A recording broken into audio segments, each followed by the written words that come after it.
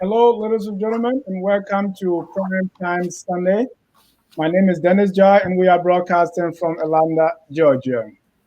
In today's edition of Prime Time Sunday here on Focus on Liberia, we're going to be looking at the draft special national budget. That's the draft special national budget of the Republic of Liberia. My guest is Mr. Gabriel Tabito Carter. Gabriel, welcome to Focus on Liberia. Dennis, thank you for having me. It's a pleasure always to be on the show, especially as we always come out here to talk everything economics and finance. Again, I think this will be a great discussion. I hope everybody tune in, bring your questions. If you have questions, ask your question. I want this to be I always like to have an interactive show. Again, as Dennis said, this is going to be about the draft budget I was just presented. We had the time to look over it. We may have not, geek it out too much, but at least from what we have seen so far, we would like to, give our perspective on that. And we as well, we want to hear your thoughts on every question and every segment of it that we'll cover. So again, I look forward to having a great discussion and hope you enjoy the show. And ladies and gentlemen, we want you to get your questions ready. We want you to call in if possible, post your comments, and let's interact. Let me read from Front Page Africa the story about this draft national budget. It reads, the Ministry of Finance and Development Planning has submitted to the legislature the special draft national budget for the fiscal year July 1 to December 31st in the tune of 301.5 million, consisting of only domestic revenue. Acting Finance Minister Dr. Samora Wolokoli presented the draft fiscal instrument to House Speaker Dr. Buffer Chambers on Tuesday. That was last month. So that's it. We have the draft special national budget. And according to the Finance Ministry, this is the reason for this is to have our fiscal year in line with the fiscal years in other West African countries. And in order to change the fiscal year, this draft budget, this special draft budget will serve as that transitional point. So as we transition from one fiscal year to a new fiscal year, meaning, let's say if the fiscal year was from July to August, this time it's going to come from January to December. I'm just giving an example. So now they are changing the fiscal year. In order to do that, they have to change the law requiring that. I think they said this is in line with the law of 2009. Yeah. And so now we have this. So we have this draft national budget. I'm not paying attention to these kind of issues, Gabriel, but you tell me any scenario, have we had this before where we have a budget going and then in between we have a draft special national budget, not recast, but special national budget? So I don't, from my collection of, the history so far, what I've known, I don't think we've had any time in point. And again, that's what I said. We're here. Most of you may, know the history better than I do. Keep me honest here if I'm wrong. I'm not aware of any time in point where we were able to do this at any point in time where we, mid-year, we give a national budget. I mean, we give a special budget. Prior to understanding the reason why it was done, initially when I saw that, I thought, yeah, it makes sense. We're just coming out of a pandemic, right? Everything that was projected or budgeted for in the pandemic in 2020, as we all know, because of the coronavirus, none of that may have happened. So it makes sense for them to come out and say, hey, we've just come in out of a pandemic, things are easing up a little bit. Let's hit a reset button. Let's give a budget that would tell us, tell the, the citizen, this is what we expect for the rest of the year. That's what I thought, So I thought, yeah, this is a great idea, very thoughtful. And then I, read that it was actually done because of they're trying to align, with, the rest of the African country, their budget with the rest of the African country. So either case, it makes sense. I don't agree with the point that they want to align with the rest of the African country, but I think it couldn't have happened at a better time. So, yeah. You're right. And that reason I will get into the issue. I just want to understand when you say that you are having a special budget. let's say you have a budget already, and that budget, I don't know, and you can walk me through the process here, but you Mm-hmm. have a budget. Let's say the Ministry of Education has 5 million. Mm-hmm. So when the budget year start, does it mean you give them the 5 million already? So now when you're doing a new budget, how does that work? So the way budgeting works, so you get projections. So you can say, I want to, undertake this project. I'm going to estimate that project will cost, say, 5 million, right? We do that in the banking industry. We do that with construction projects. So if somebody's doing a ground up construction, they will come to us and say, I want a loan for such and such, right? But midway through the process, we will send what we call portfolio managers out there to look at it, and they will come out and give us an estimate, say, okay, this thing will go over budget. So in that case, the person will come back to us and say, hey, I need more money. So that's exactly the same way the budget works. So you can project your budget. This is what you allocated for. We're going to spend such and such for education. We're going to do this for public services. We're going to allocate this much for these other services, right? Now, midway through the year, you can review that budget, right? And say, hey, let's see if we're being on target here, if we're, allocating the money, we're spending the money exactly as we budgeted for.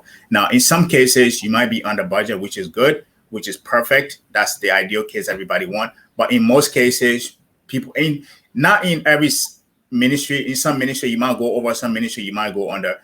In that case, you might be able to come back and say, okay, due to these variances, we might want to readjust the budget to really make sure we have based on what we've seen so far, to make sure that we want to stay within budget for the rest of the year. So in that case, you might be able to come out and say, let's do a recast budget and give ourselves actuality of what's going to happen for the rest of the year. So in that case, that could actually happen. Yeah. Right. And looking at the reasoning, I know this may sound a political question, but looking at the reasoning here, so we want to be in line with other West African countries or countries in the West, right, in the sub-region. I don't know what sense that makes, because remember we had a Ministry of Economics, Planning and Economics Affairs, and then right, we had finance.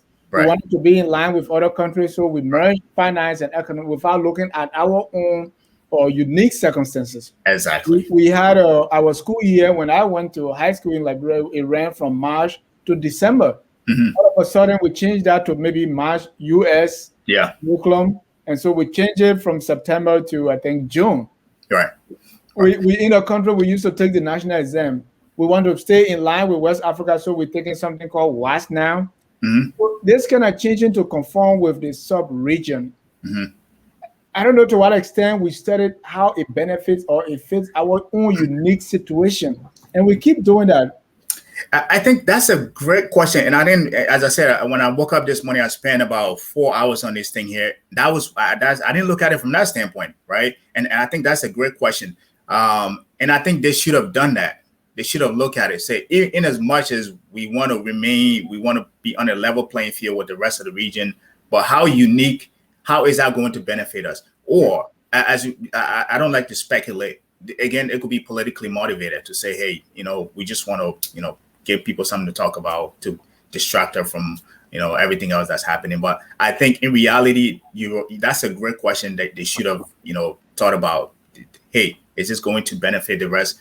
How unique is that to our situation? If we leave from what we have now, does that put us at a disadvantage? I think all of those things should have been looked at, especially if you have a division that's, that has to do everything with planning. You should have considered every what if scenarios in that assessment. Yeah. And especially those who did it before. I'm not saying we can't change, right, but you want to critically study why was it done this way?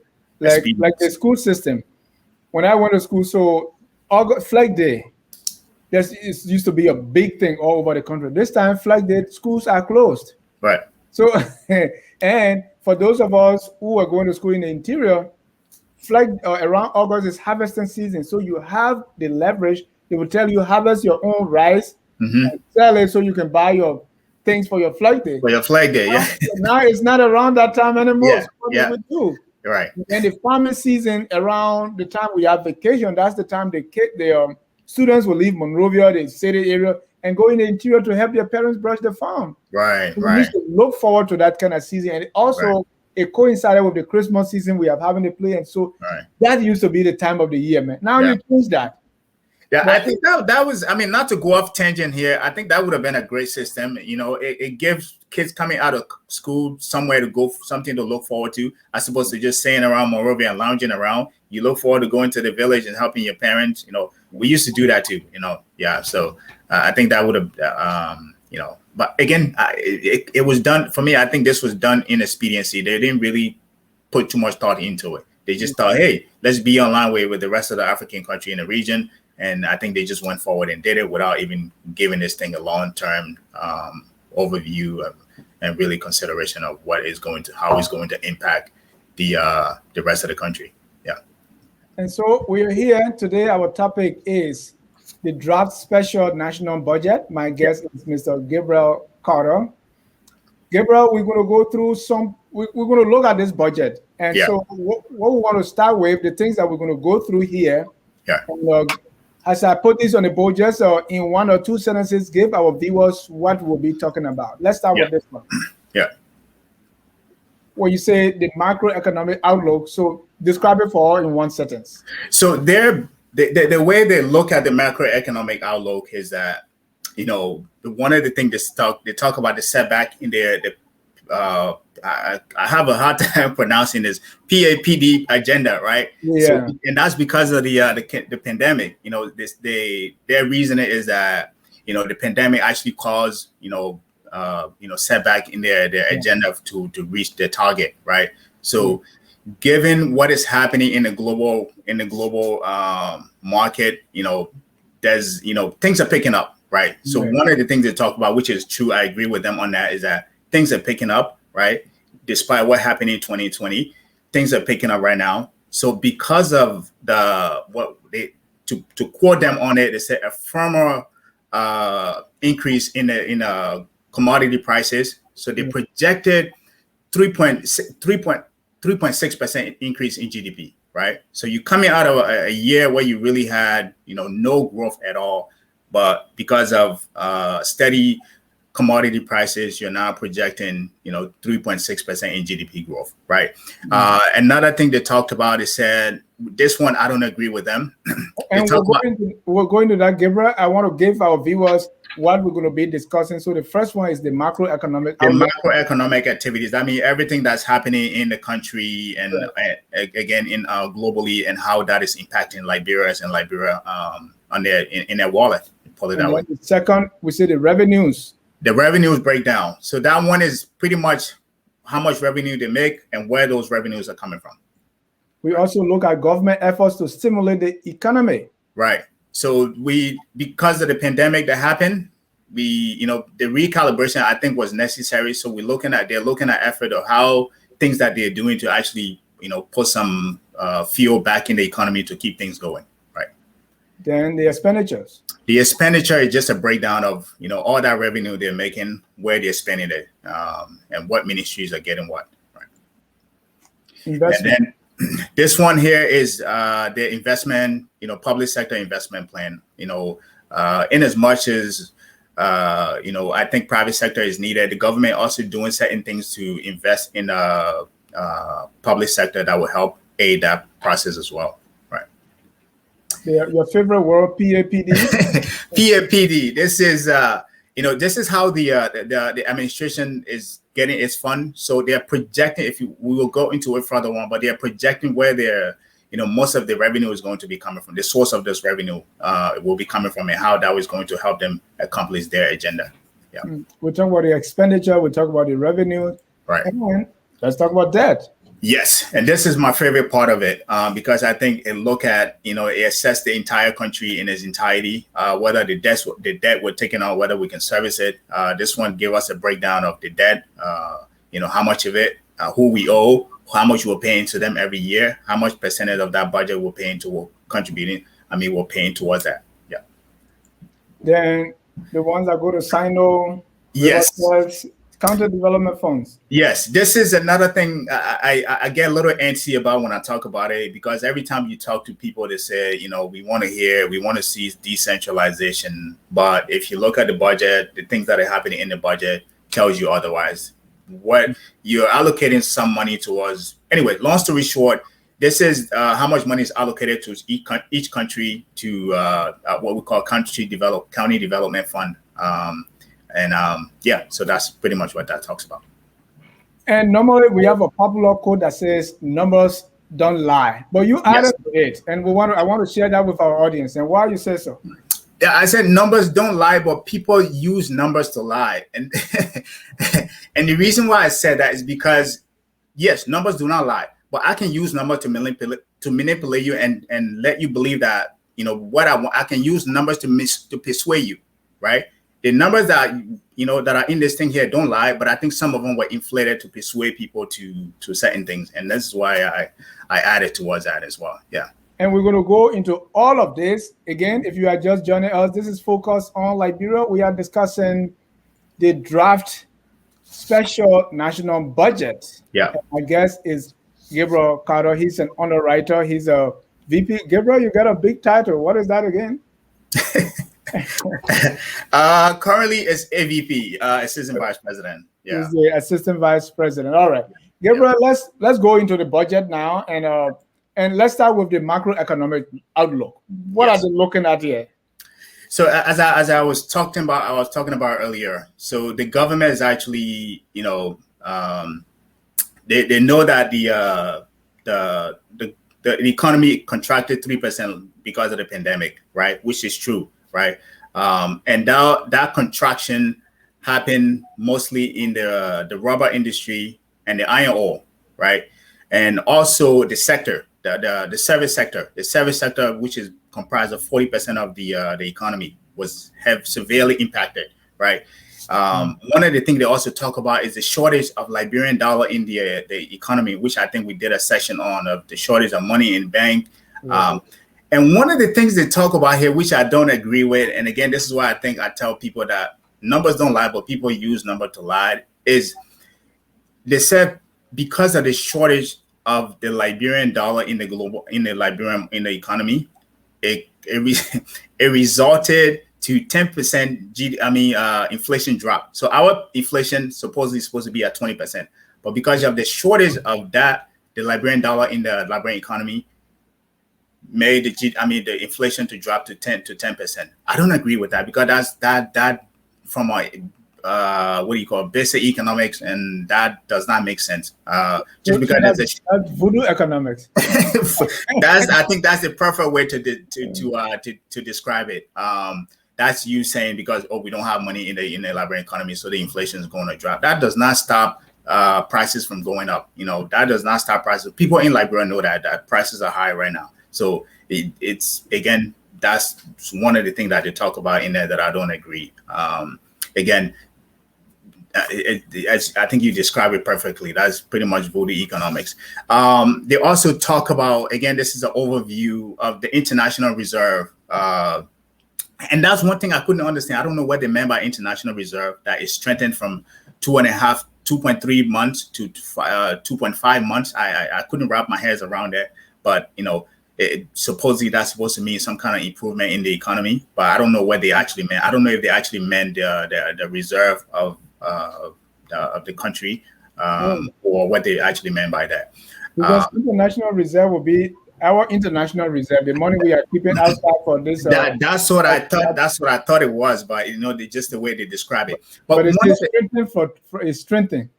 Yes. I mean, this strengthening is really not an economic word. Right? And this is what this is why when I don't want to sound cynical here, but again, the word that people use when they're describing things, you got to be very careful with them. Like you said, it's not an economic word. When they mean it's strengthened, it means it improved. It improved from 2.5 months to 2.3 months to 2.5 months. Yes, what it means is that, from my understanding, what it means is that it's enough to cover us for 2.5 months of our operating expenses. I think that's what they're trying to say. That's what they're trying to articulate there, right? But again, again, as I said, I could be wrong here, and somebody can keep me honest here if I'm wrong. Right. So Mr. Tue or anybody, please explain this to us. International reserves strengthened from 2.3 months to 2.5 months. What does strengthen mean? Right. And another thing that I don't agree with was the one that they mentioned, that the bright economic outlook. Yes, after the pandemic, things are picking up. Mass restrictions are being eased globally. People are going out again. They're dining out again. Restaurants are opening again. Restaurant and service industry took a lot of hit, so they're opening up again, right? People are positive about the global economic outlook again, right? Even here, we're looking at the Fed is looking at raising interest rate because they think we've been down, right? However, they base their brightening outlook on the improvement in the commodity market. And this is why I don't always agree with the government on this thing. I think we base our entire government on the performance of these commodities. So every time we get impacted, we have to recast the budget, or something happen. If it goes up, then we get excited. They're projecting that because of the improvement in the or the steady increase in the commodity market, the GDP is going to improve to grow by 3.6%. That's almost 4% if you round it up, right? From a country that's coming out of a pandemic to just catapult to 3.5% in a period of I don't know how long, I think that's a little too aggressive. And again, that's one of the things I look at. I say numbers do not lie, but you're using the increase in the global economic environment here to say that is going to catapult your economic growth to 3.5%. So, Mr. Carter, help me understand this. Right. When they're saying the prices are increasing on the global market, so what it's talking about here is, okay, iron ore now, the price of iron ore increased. Yes. So we will sell more iron ore. Right. Meanwhile, this iron ore is still under the ground.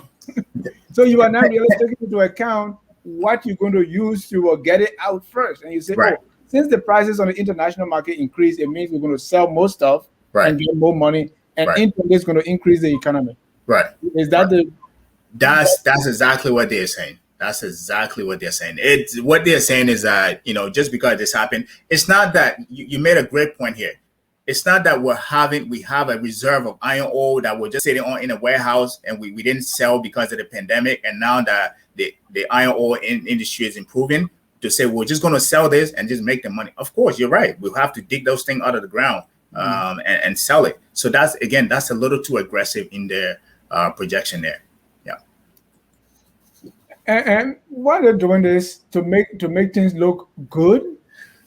And for me, that when I was looking at it, this is what I thought. I said, in as much that it makes sense to come out of the pandemic and say, hey, let's recast the budget because of things that happened during the pandemic. Let's recalibrate, and look at how we can move certain services services around to continue with the rest of the projection that we make, even if we fall short. But to do this in such an aggressive standpoint, I think is kind of misleading and is a little bit not too expedient, but also a little bit too political for me. So that's the way I look at it. I agree with it that they need to recalibrate and recast the budget, but I think most of the numbers in here are a little bit too aggressive for my projection. Let's go at the revenue and the breakdown. Absolutely. So the revenue breakdown here as you have the slide. Do you mind putting up the slide, or I can look at it? Here. Yeah. First of all, this is what we are discussing here. Right. So it's the special budget. No, this expenditure. That's expenditure, yeah. Do I have it? Do you have it? That's a good question. No. You may not. Okay. All right. That's fine. Let me go for my slide. I can.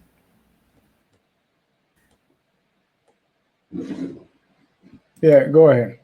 Okay. So let me go for my slide. here.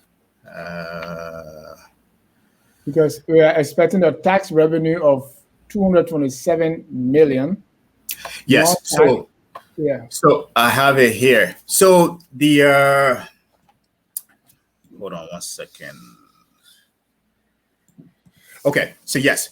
So the revenue that we have so far, it's 302 million if you round it up, or 3.1.5, right? Yeah. So 227 million of that is actually from tax revenue, right? That's 75% of it. And we have another 55.4 million, which is from they call it non-tax revenue. And we have another 19 million from, carried it forward, right? That's pretty much what the revenue consists of. It's a very small revenue pool, but most of it comes from domestic tax, right? Which I think is great. If you're collecting that much from taxes, I think that will it says a lot about how you improve your services in collecting tax. So the revenue in its entirety is 3.2 million, right? So it's not a very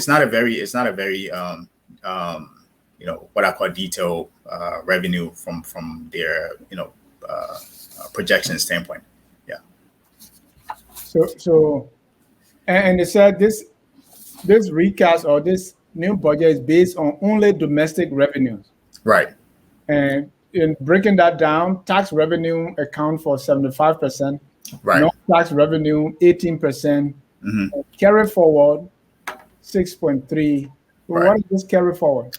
So carry forward I think is depending on which accounting system you're using, whether you're using the FRS, which is the international one, or you're using the GAAP. What it means is that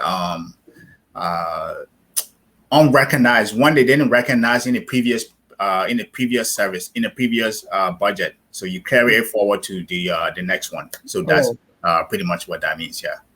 So that's our revenue breakdown. Let's see how we use it. Okay. So the expenditure here, I hope I shared that slide with you. Right. This one? No, that's the yes. So this is it, right? So this one is an overview. If you guys have time if you get your hand on the budget, you have time to go over it. I think most of the entirety of that over 400 pages is geared towards it. They break it, even though they gave you this overview, they broke it down section by section. Every ministry, how much they're getting, how much they're spending on their staff, and everything repeatedly. You see crash card, and repeatedly. But you can put that up again. Let me go over that. So if you look at, the 55% of the budget is spent on compensation, right? Domestic liability, right? And they said it right there clearly, 55% of it. Another 16% is spent on I think use of goods and services within the government. 5% goes towards 14% on grant. There's some from subsidy and non-financial sector, foreign liability. But the part that I want us to hone in on here is the 55%. That you collect that much money, you project that much money, but you spend almost more than 50% of it on compensation. And I think that's repeatedly some of the conversation we keep having, that, the government, you tell how serious the government is based on how it actually allocates its money, on where it spends its money. So in this case, what you can actually gather from here, without going too much detail into this, is that this government is not really serious about, really putting the resources to where it needs to be. And I don't just want to throw this out because it might seem like the easy fruit on the tree here. But if you really have time to go in a budget, you will see exactly why I'm saying what I'm saying. If you go down through the breakdown of the different ministries, how much they're allocating towards them, and you look at the health sector, you look at the public investment sector, they're not, only 29 million being allocated there, but yeah, you want to improve your country, but you only allocate 29 million towards that. You will see exactly why I think 55% of the budget going towards compensation is actually tells you that the country is the administration is not doing what they're supposed to do to improve the people's lives. And I think this is like an old drum now we keep beating about Right. salary, 15,000, 10,000. Right. If you pay that much money, and the legislators, I remember the late J. Nambi's law used to say, you only see the legislator's salary, but look at the ministers. Show them, because everybody look at legislator because they see it. Right. But bring this. So if you look at people are making 15, I mean, I don't know, to make 100K in America, you must be on a job like not less than 10 years, and really, really good to be able to come up with that amount. So it's not surprising when we see that in the budget line that 55% is on salaries. Right. So let me put it in perspective on the comment you made. I think, and you can research it if you the audience can research it. About 10% of men in this country make over 100,000. Only 10%. Right. So for you to go in a country that's poorer, 10 times, 100 times poorer than this country, to pay somebody over 100,000, that's a kick in the rear end. That's that you picking up dust and just blowing up in the face of the citizen. That's you saying, I don't care, what condition you're in. I don't care about it. I just care about what, who is in power. So yeah. And again, I keep telling people, as I say, I spend hours on this thing to really get a big part, to really get a big understanding of this budget. Go into it. Go into the rest of the 400 pages and go look at the minister's salary, how much they're paying them, the type of thing they're paying the money on, the scratch card, the maintenance of vehicles. For somebody, you're already paying over almost 100,000, yet you're paying for them to maintain their car. You're giving them gas. Take your time. If you have access to the budget, take your time and go over it. If you care about what's happening in Liberia, you might get upset and walk away from it several times just to finish it. But it's frustrating just to read through it. I kid you not. Yeah. We want to welcome Mr. Alex Chuchu Jun, who's just joining us. Alex is also a finance guy. Alex, welcome to Focus on Liberia. We are discussing the draft special national budget. Here is it. We call it the draft special national budget for fiscal year 2021, and this takes us from July to December of this year. And the part we are discussing now, by the time you come in, is our expenditure. We're looking at the breakdown. Yeah, thank you again, Dennis. And I think You're low. yes, sir. You're doing a great job to explaining to the Liberian people how they are pleased by the government, and your quotation about manipulation of numbers. So I think thanks for your service to the country. I will hopefully, we'll get more people to appreciate people like you and those who are taking the time to go through the budget and really let Liberian people, the reason you're suffering is because of your government mismanagement, your government legalized corruption. They're taking all of the money, like you said, 50 or 55% of the money, and they're just channeling it to themselves. They're paying George Ria, they're paying Darius DeLong, they're buying their cars and everything while people are suffering in the country. So they got some point here called investment, public sector investment. It's not really an investment. I looked at what the budget and what it really is, again, is corruption, legalized corruption. They're taking the money and they're just putting it, paying the stooges, the people they appoint. That's why everybody in Liberia wants to be government official. Everybody wants to be president. I mean, I would want to be president if I don't have to do anything and I just get tens of thousands of dollars every year. So as we go through the budget, this is on paper now. They didn't show us how much was put into actual investment. Investment does not mean payroll. It's not wage bill. Okay, it's not like you pay a government official or senator. That's not investment. Okay, that is called in accounting where your operational expense. Yep. It's not investment. So they need to take that out and just call it payroll and expense. So they just, fooling Liberian people. And I watched the show earlier about the opposition. They don't have even the intellectual knowledge to educate their own partisans on these things. That's what they should be talking about. Instead of telling us Waga is the best man and Cummings is the best man, let Cummings come out and dissect the budget for the Liberian people while they're suffering. You take over $150 million in 6 months' time, and you just give useless government official who the GDP is negative 3%. Yep. Just between last year and this year. And they're One point our projecting it. GDP was growing was 6%. So why are you paying these people? Why are you giving them cars to create budgets? So a very good show, and thanks again for your help. And Dennis, I already appreciate you guys for talking about these things about education. Yeah, I'm glad you actually mentioned that the GDP was negative. What is it? Negative 3.6, negative 3.2. They're projecting it now in the budget that for the rest to be 3.6%. 3.6%. They're projecting that in their macroeconomics outlook, and that projection is solely based on firmer commodity prices. Let me just address that commodity prices because they don't know what they're talking about. First of all, that's a pipe dream. Samuel Tuer came late last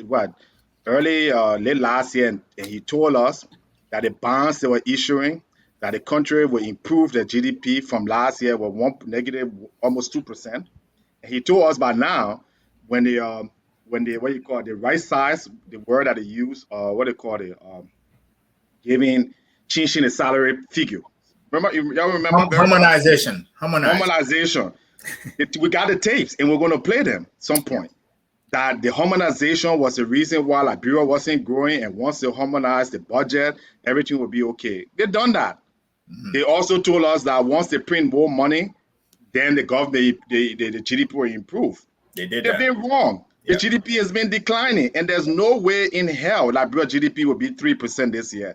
That I can put money on. The country is not growing, and it's not because of the pandemic, because Liberia doesn't have a formal economy that is affected by international growth and development. Liberia does not have anything that is affected. Like they say, all right, commodity prices. Ellie and American always come and say, oh, commodity prices are down. What's happened in the last year? Every commodity is up. Silver is up, gold is up, diamond is up, everything is up, and Liberia is down, and it's going to continue to go down. And the reason is that because those 66 agreements that is signed with metal, steel, and all these concessions that they corruptly signed, that's the reason, because Liberia doesn't have any real stake. They claim that they're getting royalties. So water commodity prices go up, iron ore price go up. The amount that these concessions are paying when they subtract the expense, right, through pricing transfer, which is what the mining company do. Mm-hmm. They go to these countries, they take a bunch of idiots, put it around the table, get a little bit of money, and say, "Oh wow, we'll give you 5%, 10% royalties." But guess what? They're gonna pay the CFO $500,000. They're gonna pay for all these things. At the end of the day, you won't get him nothing but $10,000 if that, and then. Right, these prices, these commodities, they take that money now, and they got low tax rates, and they make billions of dollars because we have idiots running our economy, and that include from the Ellen time to now. Let me give you this last point. Botswana in Africa, right? Botswana has a 50% share in De Beers, which is a diamond concession company in De Beers. Not only that, their concession, they got 50% in it, and then they got another 15% in the company global operations. That's the kind of contract they sign. So when De Beers makes money from Liberia or wherever other country, they get 15% of that. Any diamond as exporter or gold as exporter in Botswana, the country, now royalties, they get 50% share before you even subtract royalties. Now, did these people go to a different school, economic school or finance school than Liberia? No, absolutely not. Yeah. So let's look at the, we're still on the budget side. Let's look at the expenditure allocation by ministries. And you already hit that. I don't know if I have a slide here to No, share. I don't think there's too many ministry that I didn't want to pinpoint a slide on there. But yeah, I mean, you can show this here. That's their budget air projection. This is how much they're projecting for the rest of the year. They're saying for the rest of the year, was it July 1st to the December 31st?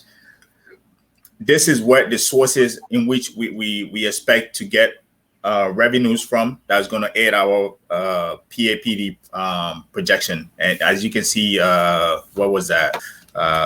20, probably 80% of it is actually from grants. The other 18% or 19% comes from loans.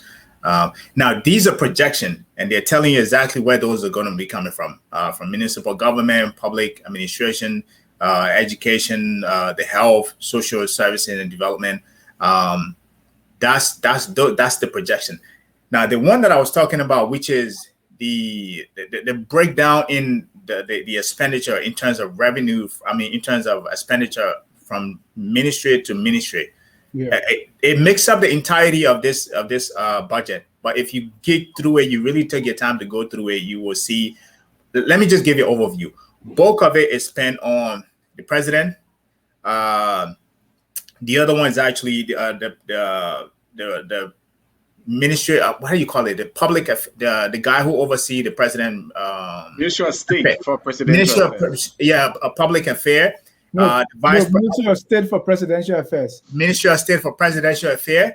The Vice President Office. Those very three takes up almost over 50% of the expenditure. The rest of it, if you look at the Ministry of Education, the Ministry of Health, all of those things. I mean, just fraction of it are allocated towards those things. I mean, there was so much that I didn't, or else we would have taken up entirety of slides just to go over them. But I urge you, please, I'm asking you, take your time. This is like a book. I was reading this from 4 or 6 o'clock this morning. Go over it. Forget the economic overview they gave you at the beginning. That's just verbiage and excuse my language, BS. Go to the expenditure in the ministry of how they break it down and see how they allocate those money. You're going to be baffled. Yeah. So the presidential affair, that's what Minister McGill, the office alone. And what exactly, give me some example of what they're really spending that money on. Let me look at this budget. Hopefully, if you can give me a few minutes, I can pull this thing. Give me a few minutes. I have the budget here. This thing is absurd. Very absurd. Troubling. It's absurd. Like you got one point where just the city corporation in Liberia is getting $1.3 million. I just looked at that. And next year, I think it projected to be $2.7 million. What are they doing? But you know what, Kochi and whoever doing so much, that pay and compensation would be $1.3 million in a country that people are making barely $2, on average. So again, government in Liberia, it's just been a gang, like a robbery. It's broad daylight robbery on the people. And they sit there and they say, oh yeah, we want to support this person or the candidate election. This is the problem. That's why you can't get schools. Ministry of Public Works. Let's just go through some of the compensation. Ministry of Public Works 2021, $1.7 million in compensation of employees, use of goods and services, another $225,000. Ridiculous. How many people work at the Ministry of Public Works? And they're not actually building roads. What they do is they have other companies building roads. So basically, you just have someone there that's giving contract to other people, and that's how much they make in pay. So go to page. I don't know if you have it, Dennis. Page 473. Just the public. If you have it, you can zoom into that. If not, I think I can share my screen. No, don't share. Just give us some numbers here.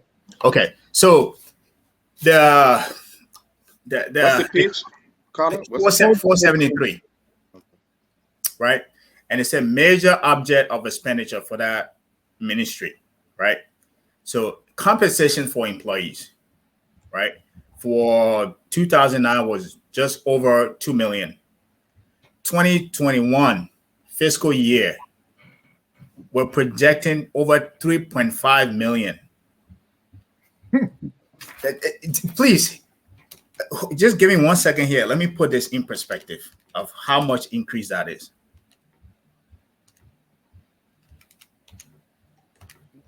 And you know, somebody that is 73% increase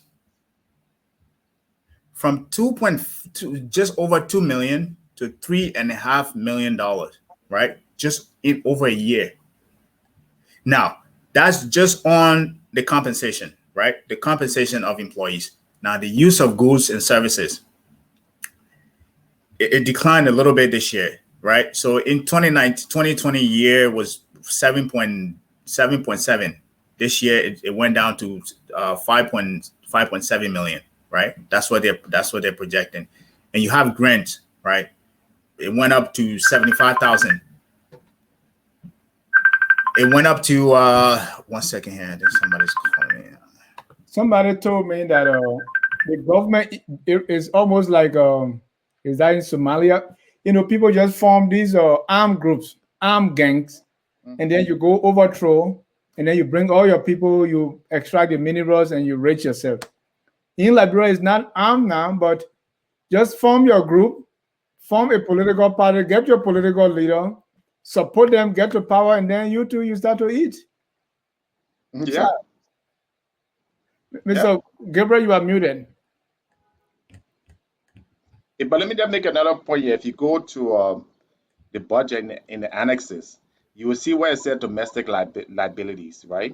Where the government bonds. Remember, I think Zizit talked about it, the 25% that they were paying these commercial banks on your show yesterday, I believe. And if you go to the annexes, it shows. You go to 2021, the government domestic liability, government bonds, right? In 2021, $2.8 million. Right. And interest charges on security. Okay. We'll get to the debt. So just let me, if you look at the office of the president, 2 million, just over 2 million, right? Domestic special services, 700,000.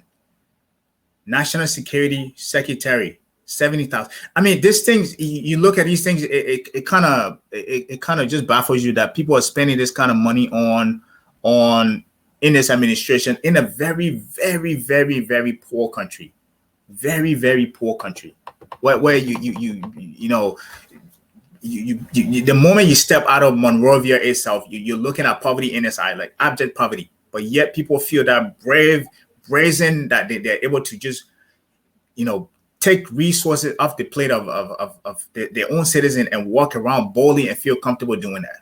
I urge the viewers on this show, take your time, go through the budget, forget the overview of it, and just go through the meats and bounds of this thing, which is concealed in the breakdown of the revenue. Please take your time and do that. Yeah. Wow. So that number again, just salary for presidential affairs, right?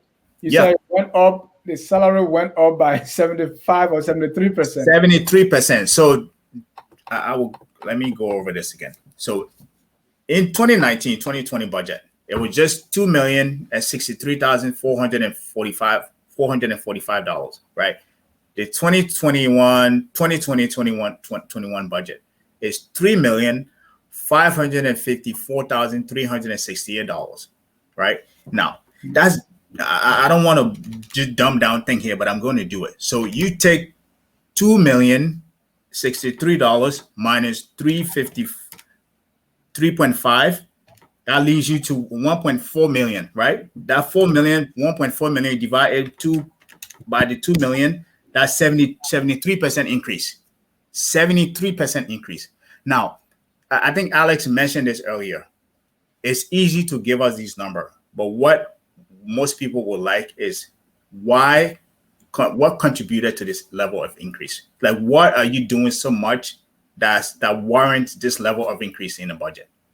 Like, what were you doing in 2019 or 2020 budget that so much has changed that you feel that it warrants this level of increase in there? Unless it's not just pure corruption in as Alice mentioned. This is pure corruption. Carter and Dennis, let me just give you another number I'm looking at here. The Liberian president, right, makes $90,000 a year. Do you know what a Sierra Leone president makes? The Sierra Leone president makes $12,000 a year. Sierra Leone is growing over 4% a year last year, probably higher. Liberia is growing -3%. So you're paying somebody $90,000 in a country that is poor, the GDP is lower, more ineffective, more corrupt, and then another country like Sierra Leone. Sierra Leone should pay the president more money. Their GDP is higher than Liberia. Their productivity is higher than Liberia. Their domestic and international trade is higher than Liberia. And the president makes $12,000 a year. So you see the difference for Liberia. And I can give you the information. Senegal president makes $15,000 a year. And these are on top of all the different benefits. Oh, that's on top of the 15%. So when they tell you, say the office of the president is making $2 million, they don't break it down. Yep. When they tell you, say, oh, the Ministry of State for Presidential Affairs is commanding almost $10 million plus every year, that's where it's going. It's not going to investment. It's not going to businesses, or it's not going to industries or agriculture. It's going right in their back pockets. And the thing is, this has been a system since Ellen created this system. Let's be clear here. That's what she created. The Ministry of Finance, they will tell you, say, oh, their budget is $40 million. But you go back, how much do I making? How much? Millions of dollars a year when you combine the expenditure, you combine the allowances. I don't know if you guys can see this clearly, right? But it's like I can see it. Yeah. Right. Yeah. Yep. What are those numbers? So these are summary of spending in state, right? For $4.44 million. So that $90,000 plus all the other people, Finabono, other than the money they're making, that's the $4.4 million right there for this year. Next year, they said they will take $6.1 million, and in 2023 they will take $6.8 million. So all that pay is gonna go up again. And right there. Dennis, this is a great slide. This is a very great slide. Yes. This is a great slide. I don't know how we missed it, but thank you for bringing this up. This is now look at the national legislature, right? Right. 48. The year before it was at 45. So they paid themselves, right? They got an increase, right? I mean, the people that are supposed to be getting the money, which is the civil service agencies, they're getting like the crump of the what's left from 18 million. You drop down to 5 million. They did lay off people. You're right. On the public corporation. The public corporation is $1.5 million this year. So coach, that would be good. They will get plenty side check. Then next year, they're going to pay Liberian City Hall employees total $2.8 million, and 2.0, the campaign going to be good for these guys. Jesus. But look at the Bureau of State Enterprise, right? Which should be the investment, which is where most of the money should go to, because that's how you increase your LMPC, your FPRC, right? Bureau of State Enterprise is the enterprise of government that is supposed to invest. Look how much they get. Okay, they get less than what? $35,000 a year. It's right there. 2021, they'll get $73,000. But public Macroeconomic City Corporation will get $1.5 million. There are no employees even at the Bureau of State Enterprise. Probably maybe 2 people. Another slide another point that you left, that slide that was another item that was on our slide. The ministry itself that put this budget together. The Ministry of Finance and Planning. Look at how much the budget increased. I don't want to say it. I just want the audience to see it. Okay. $61 million, our low. 40, I said 50. $61 million. Ministry of Finance and Planning and Development from 75 million. Okay, so round it up to 77 million to 124. Right. 124. Like, can you? And then it's projected for 2022 for 144 million. For 144 million. And then, I mean, I can't put this into words. You can't make this up. You cannot make this up. This is why I spent 4 hours going over this thing. Like, you will get upset and walk away from it and come back to it, because you can't fathom that people will. And I hope, this is something I will wish, right, that they begin to teach this budget in schools, or be able, somebody, and I'm glad we're doing it. Somebody should be able to bring this thing to the rest of the citizens and say, look at what your own government is doing to you. These things are on paper. They're hiding behind the paper. We just throw this budget out. There's few people that take the time to read it and go through it. So most of the citizens don't really see what's actually happening to their. Most of the citizens don't care. I wish somebody would bring this thing to them and really make sense to them. Say, just dumb it down and say, this is what your government is doing to you. This is how they're, like they're plugging their fingers in your eye. Why you're trying to see? You can't make these things up. You cannot make these numbers up. Someone said I should please keep that on the screen. Yeah, please. I think we can talk about that for the rest of the show. So we look at what the ministries, what we are spending, right? So what is this public sector investment plan? So the public sector investment plan is just their, and again, I don't want to segue into it. So this is the effort that they're doing to say, like, it entails the roads, bridges, and all of those things that help, invest in the public sector. That's how they invest in the public sector. And that figure, I think, it's 29 million of it, right? Just 29 million. If you're a country that is very serious about developing, you allocating all that money towards the Ministry of Finance and Planning and Development and towards government salary, but you're only spending 29 million on public sector investment plan. This is how you're saying it goes back, and this is why we will continue borrowing money to the detriment of our own self, because every money that we're getting in, we're not investing it properly. We're not investing it properly to say it's bringing any return on the investment. If you're spending this much on your investment, you're not making any money. So you're going to continue borrowing to keep up this greed expenditure thing that is, shrouded in a recurring budget that we're looking over here, right? For them, that's just 29 million. And that's the figure. That's their plan. That's it.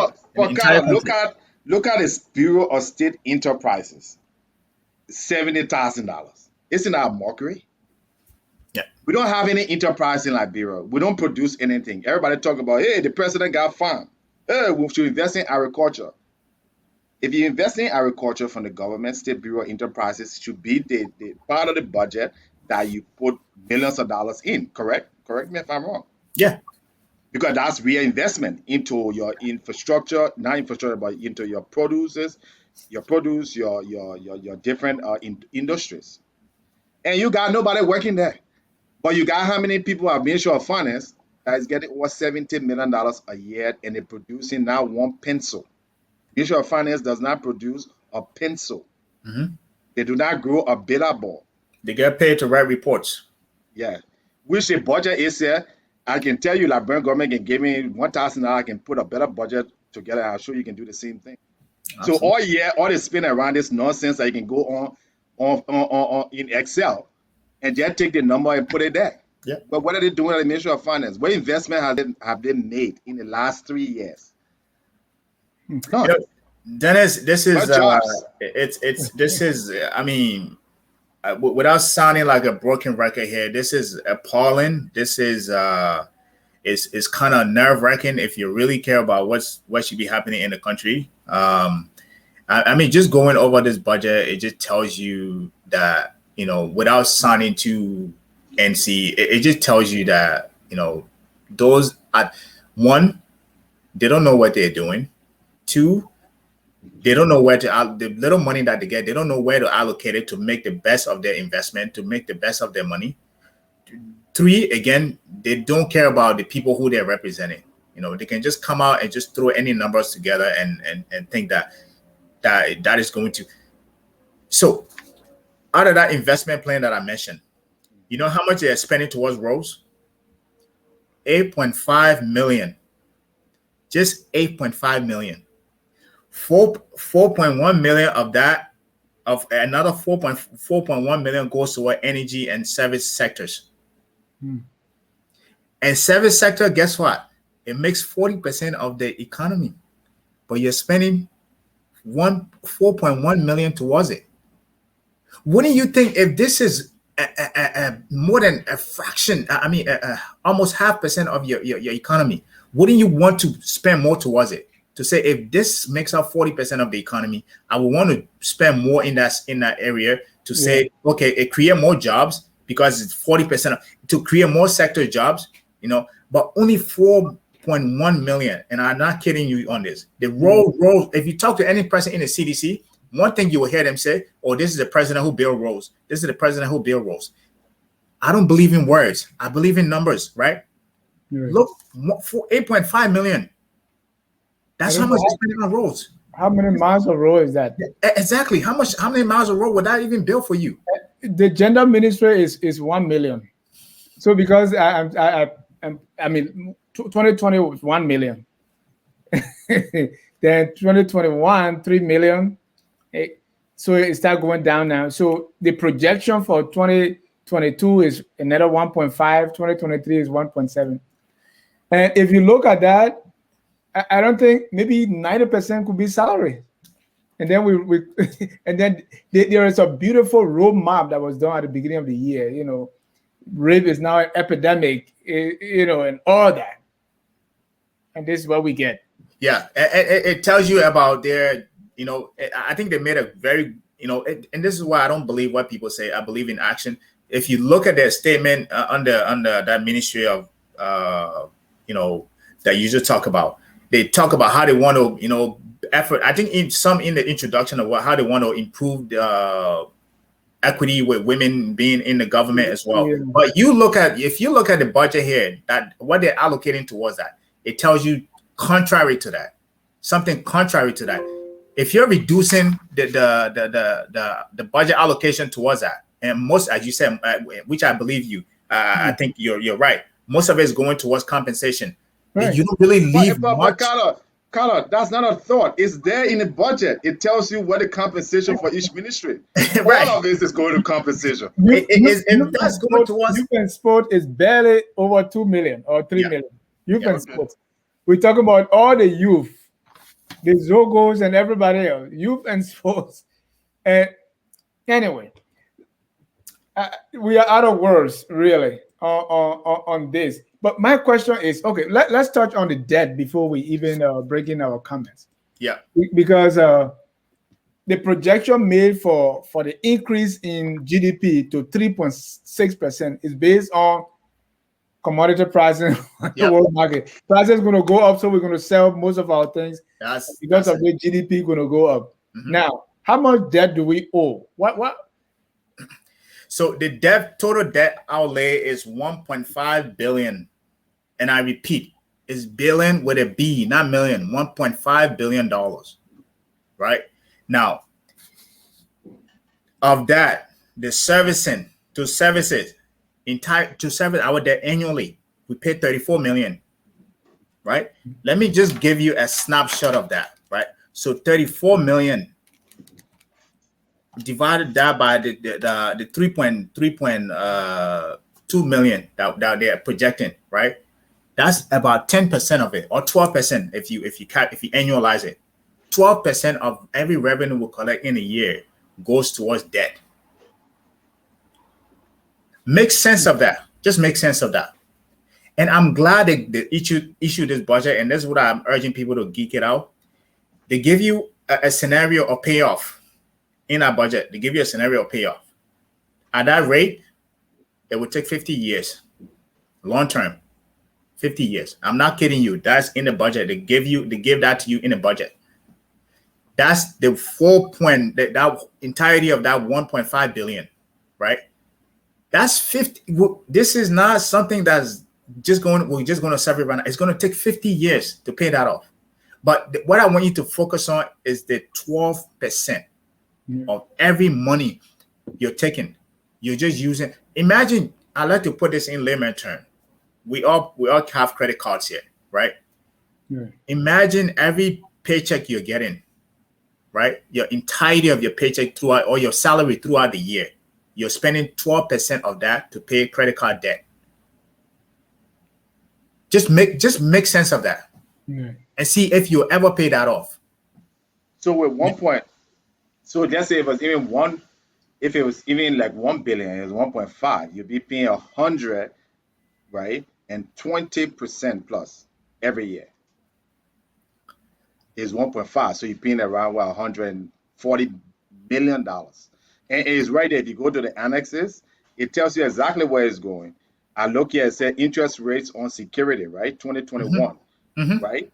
3.9 million. If you go to interest rate from domestic loans, that's the banks, 2.9 million is going to go to 13 million in 2022. If you go to commercial bank, man, Carter, we're in the wrong business. Commercial banks, they're getting $2.8 million every year from the Liberian government just on loans. Interest, on interest. They're going to get $17.3 million. Yeah. That's why I said we're in the wrong business. We should be working for UBA in Liberia, because we'll be making, they don't need to do anything else. They get $17 million from the Liberian government. I mean, this is, if you really go through the debt outlet and how they broke it down.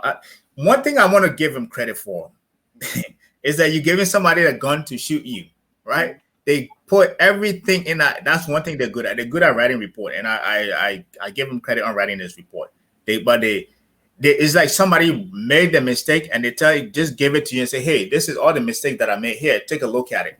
They tell you how much they owe, how much that's going to pay off. Now, is that going to be done? That is another story. But Carter, I won't get that credit. If somebody is paying you, if you're getting $70 million every year just to write a report, and you don't write a good report, I will wonder why.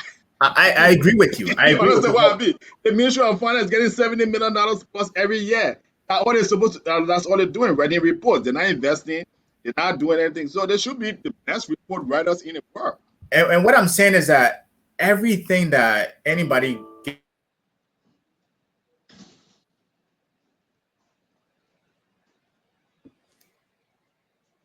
All right. You there? Yeah, go ahead, Alex. Okay, yeah. So that's all they do. They write these reports, change the numbers to voodoo accounting, and they go and they campaign to the Liberian people and tell them, say they're building roads and this government. And you know what? And Liberians, like I said, politically, we are one of the most dumbest people to keep electing these people and keep supporting them. So we deserve, they could say the country deserves the leader it gets. When the country, all they do, just take the national resources and transfer it to themselves. That's how they're building houses. That's how they're building, they can travel. So why blame them? When we hear talking about let me the other person president, let me the other person president, now one of these people can even come out and say this is outrageous. This got to stop. You have people in Liberia, they talk about electricity. You can't even get free electricity. Let me give you an example. I was talking to someone. Okay, electricity in Liberia is not free. The state enterprise of LEC is the one responsible to produce electricity. People are paying a higher rate for electricity in Liberia than they pay in any country, Western country. So you would think that, all right, we're making money on electricity, let them provide electricity to the people and we can make a profit. They can't even do that. Yeah. They can't even provide electricity that is supposed to make money on. That tell you how worthless and useless these people are, according to some government officials. Let's take a short break, and when we come back, we're going to bring in our audience to read your comments, and you can read At them. Focus on Liberia, we discuss everything Liberia, from education to politics, arts and culture, entertainment, agriculture, history, religion, family, and technology. Focus on Liberia uncovers and showcases the best of Liberia and shows the world the truth about Liberia. We educate, elevate, and promote all things Liberia. We conduct interviews, panel discussions, debates, and more. Tune in to Focus on Liberia on Facebook and YouTube and be a part of the stories that make up the news. This is Focus on Liberia, and I am Dennis Jah. Welcome back. This is Focus on Liberia. We are discussing the draft national budget. That's the special national budget that's going to last from July to December 2021. My guest, Mr. Alex Chuchu Jones and Mr. Gabriel Tabito Carter. Gentlemen, let's bring in our viewers. Amara Viture said this is a great topic for discussion. Siada Townsend say, who's the guest? I missed the introduction. That's Gabriel. He's assistant vice president. Also, Alex, who is a Wall Street guy. And Siada say she likes that. That is well stated. Jay Youngwest is the guest we had yesterday who was talking about why no money in the bank.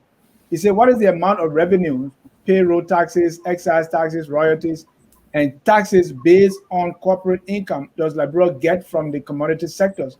Please help me to understand, since the government is stating that its GDP grew by a significant percentage. Samantha Green is laughing here, saying the budget is copied and paste. Yep. Okay. Say, you know nothing about Liberia. Just stay in America, work, and pay your bills. Ha, ha, ha. So you guys know nothing, man. You just here working and paying your bills. I agree with her. Let her. I mean, it's easier said than, maybe it's another CDC person. So yeah. I appreciate her comment. Darling, say Liberia doesn't even have a money market. Marian Roberts say good for nothing people. I'm not sure who.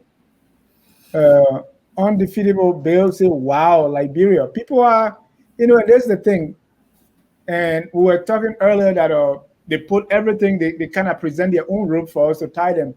I think the realization here is they know that nobody is reading it. And that's not part of the discussion, right? Yeah. The discussion is about, okay, who will take down we are, the counter tour, why was he swimming instead of doing, what was we are wearing and all that, and things that really don't matter. That's where the competition is. So they are able to write this thing, and as despicable it is, they put it out there and say, don't worry, they're not going to read it. Momo say is so frustrated and unfortunate about Liberia. Darling say our panelists are discussing the Liberian budget as though it is breaking news. Yeah, no. I like that comment. That's a great comment. We're just wasting our time, right?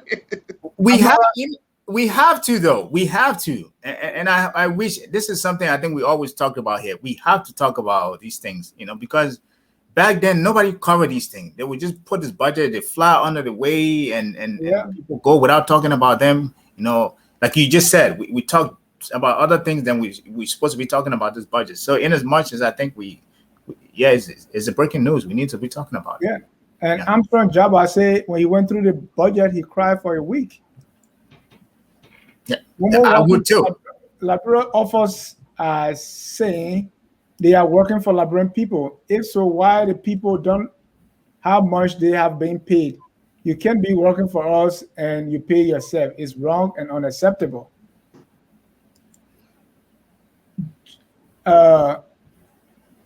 Jonas Max Filber said, like your fake page, what do you know about the budget? I'm not sure. People are talking to one another here. I think that somebody's responding to, he meant to probably respond to somebody. Yeah. Yeah. So you say, yeah, this is breaking news, and all that. Armstrong say he has never seen such wickedness. Compared to Cote d'Ivoire, they use 1 billion revenue from cocoa. Mm-hmm. Jackie Sire is saying our foreign liabilities are extremely high. Yep. Okay, Isa Kofa, our numerous economic failures for years is having money changers. Money changers are running our economy. Okay, Agatha says some of you guys say it's good, but if they put you people there, it will be more than the same. Carter is ANC person.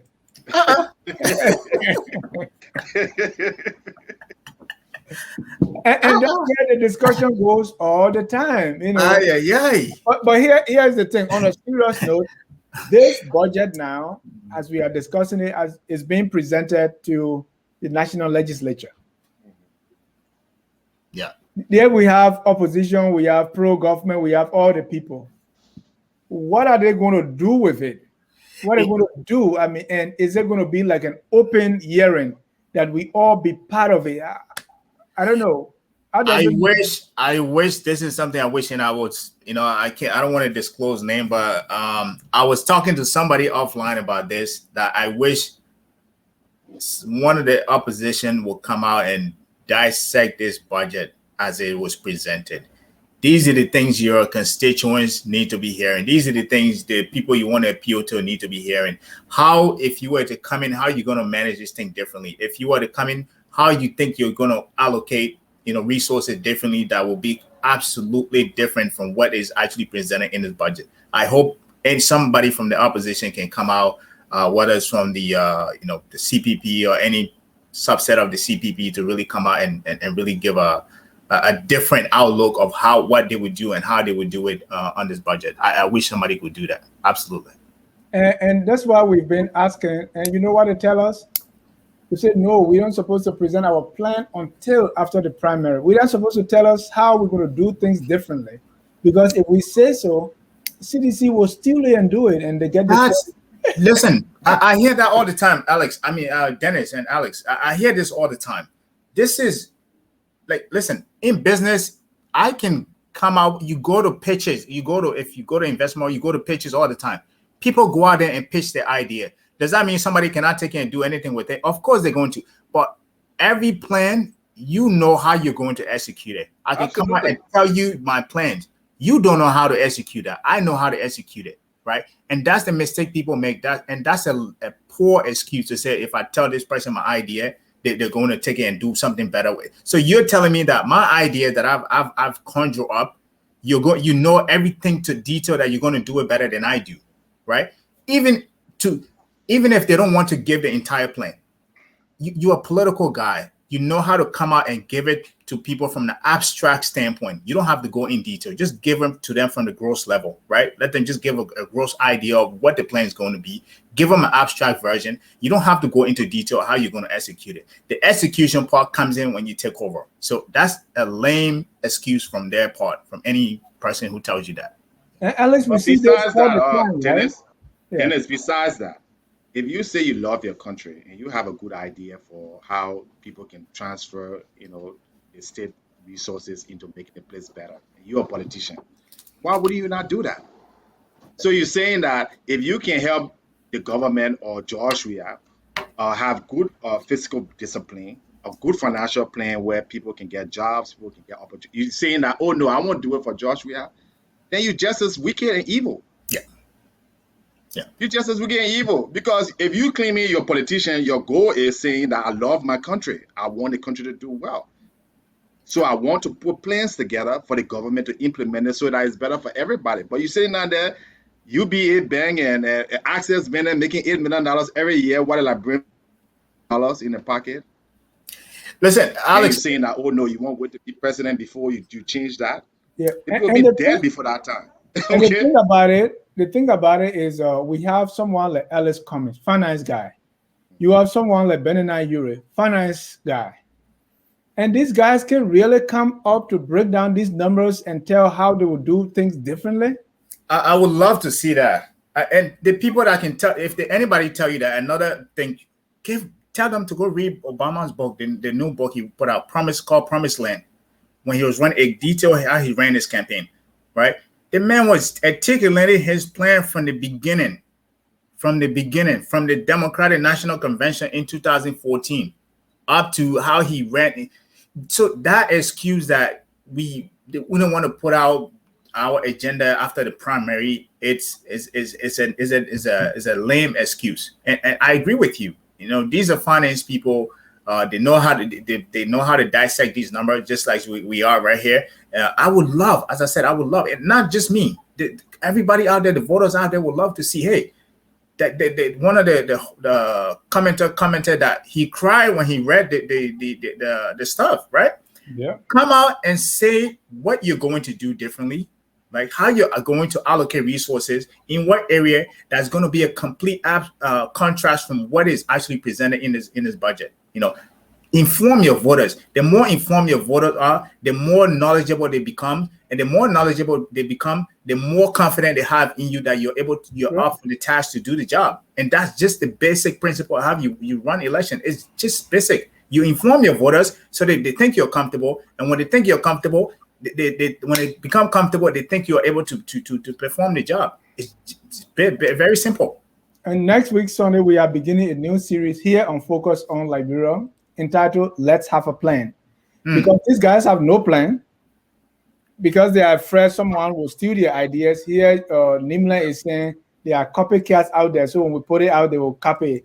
So if you tell someone, I'm from Sino County, the road has been bad ever since my grandfather was a little boy, okay? And you put a plan out there, and we can build the road from there to Dodoka, my hometown, so I can sit down in my Forerunner and get there. What's bad about that? Yeah. That I have to keep it until, and we see this right here, right? During the Republican primary when they were debating, each of them had their plan. Right. They didn't say, oh, this person was stealing. Right now, President Biden put forward his plan for this and that. What the Republicans said, no, that is wrong. Here's ours. Exactly. Right. This is what they do all the time. What's different about us? But we're going to leave it here, gentlemen. Let's wrap this up. I know Liberia's story is long like the Dubai River. You can't reach to the end. I want to say something. I think we might hear Alex might come out to maybe give a comment or two about the budget. I think that's about to happen. As for the rest, I can't speak for them. I think Alex will be speaking out on that because I don't think that's come here. They are running away from serious interviews because they have these partisan platforms where they go and regurgitate, or someone, they chorus these things, but they are not able to come on a place where they will have a balance and questions to ask them. Have you reached out? Several times. Yeah. The Cummings, the Bwakai, the Weir, all of them, they because I have an economic panel. Come and let's discuss economics. Why run away? Right. You go sit somewhere and then they parrot these kind of things. They regurgitate the same old tired ideas. They're gonna go, Dennis. They're gonna go on Spoon TV, the official broadcast of the Liberian government, where I don't know about that. Where can go there, right?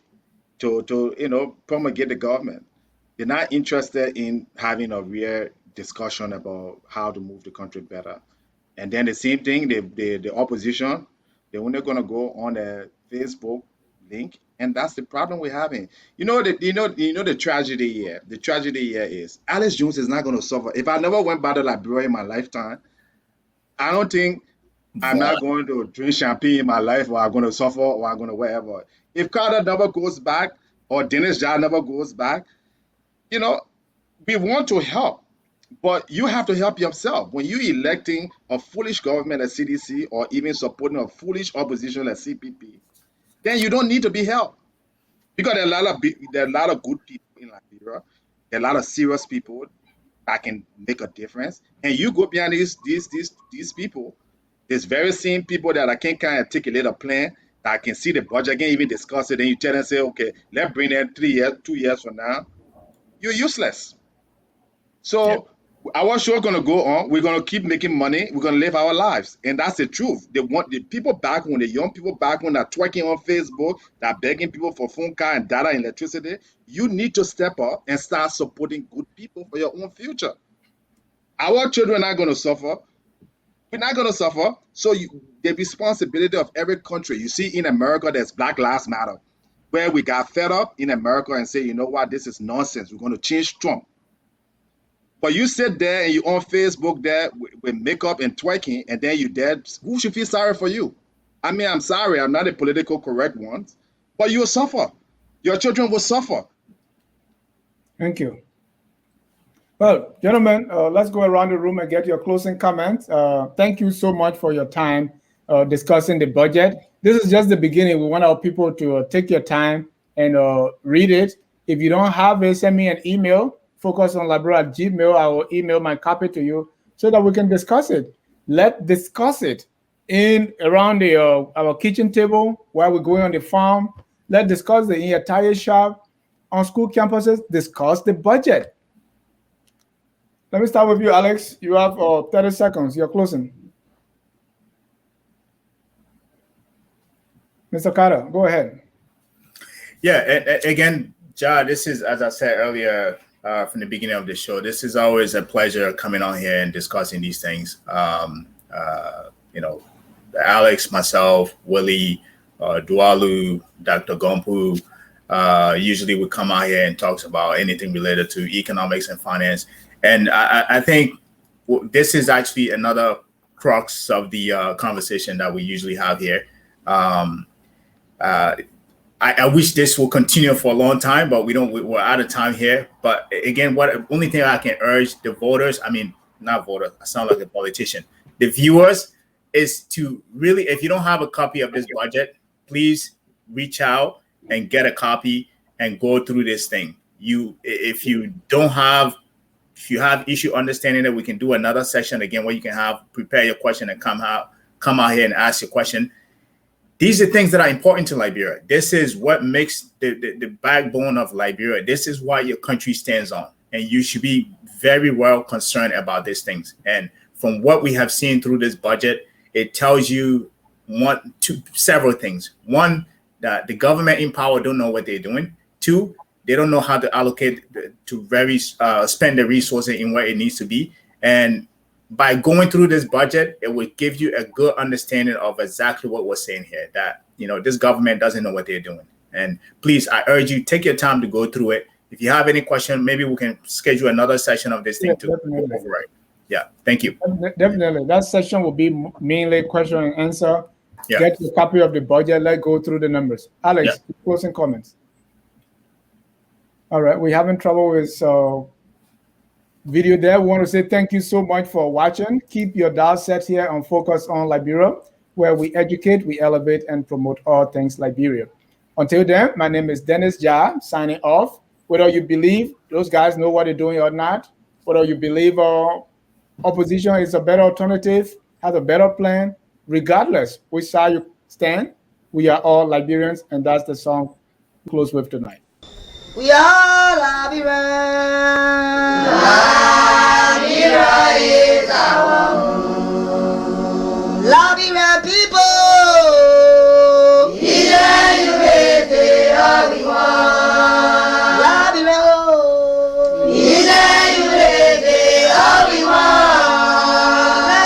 Liberia.